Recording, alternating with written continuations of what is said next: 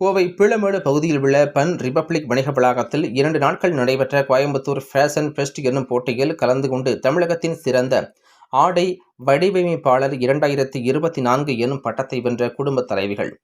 கோவை பீளமேடு பகுதியில் உள்ள பன் மால் வளாகத்தில் கோயம்புத்தூர் ஃபேஷன் பெஸ்ட் என்னும் பல்வேறு போட்டிகள் கடந்த 2 தினங்களாக நடைபெற்று வந்தது.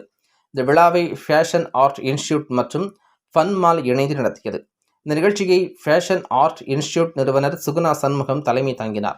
இந்த நிகழ்வானது கோவை மாவட்டத்தை சுற்றியுள்ள இல்லற வாழ்வில் ஈடு இணையற்ற பணிகளை செய்து வரும் குடும்ப தலைவிகளை ஊக்குவிக்கும் விதமாகவும் குழந்தைகளின் பல்வேறு தனித்திறன்களை மேம்படுத்தும் வகையிலும் அமைந்தது. குடும்ப பெண்களின் தனிப்பட்ட திறன்களை ஊக்குவிக்கும் வகையில் நடைபெற்ற முதல் நாளான மே 11ஆம் தேதி குழந்தைகளுக்கான ஓவியப் போட்டிகள், குழந்தைகளிடம் உள்ள பலதிறன் அறியும் போட்டிகள், கிட்ஸ் ஃபேஷன் வாக் நடைபெற்றது. இதனைத் தொடர்ந்து குடும்பத் தலைவிகளுக்கு சமையல் போட்டிகள், மெஹந்தி போட்டிகள் நடைபெற்றது. இதில் சிறப்பு விருந்தினராக அனைத்திந்திய மகளிர் காவல் நிலைய காவலர் ஸ்ரீ லேகா கலந்து கொண்டு போட்டியில் பங்கேற்றவர்களை பாராட்டினார். மேலும் தற்போதைய சூழலில் காவல்துறை பெண்களுக்கு எவ்வாறான நன்மைகளை செய்து வருகின்றது, எவ்வாறான குற்றங்களுக்கு எவ்வாறான தீர்வுகள் என பெண்கள் மத்தியில் சிறப்புரையாற்றினார். 2வது நாளான மே 12ஆம் தேதி ஃபேஷன் ஷோ நிகழ்ச்சி நடைபெற்றது. இதில் தமிழகத்தில் உள்ள பல்வேறு மாநிலங்களில் இருந்து ஆடை வடிவமைப்பு துறை கலைஞர்கள் கலந்து கொண்டு தாங்கள் வடிவமைத்த ஆடைகளை அணிவித்து கேட்வாக்கு நடந்து அசத்தினர்.